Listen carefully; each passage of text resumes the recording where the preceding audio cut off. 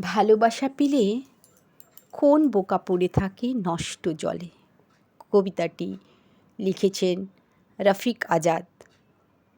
কবিতাটি পাঠ করছি আমি সুচরিতা দাস। ভালোবাসা পেলে কোন বোকা পড়ে থাকে নষ্ট জলে। টেলিফোনে ভেসে আসে সুদূর সাগর থেকে ফেরা স্বাস্থ্যকর সুবাতাস। এতদিন আমার দোকান ছিল খুব তৃষ্ণায় কাতর।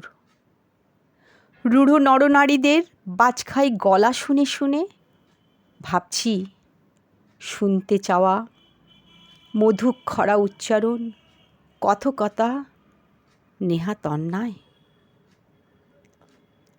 তোমার জীবন থেকে চুরি করে সামান্য সময় তোমাকে যখন শুনি মনে হয় আরও কিছুদিন স্থিরভাবে পৃথিবীর বয়স বাড়াই।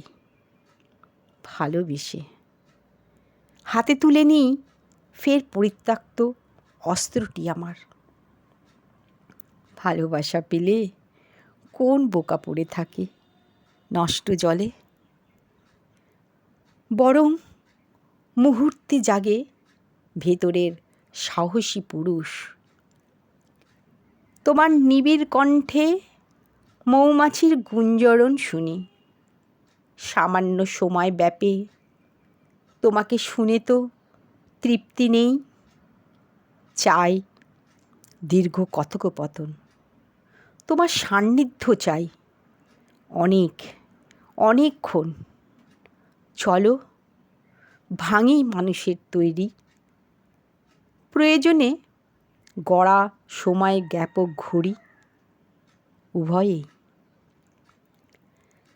তোমাকে আমার সঙ্গে যদি পেয়ে যাই পাশাপাশি, নিশ্চিত ধসিয়ে দেব সুপ্রাচীন যে কোনো দেওয়াল।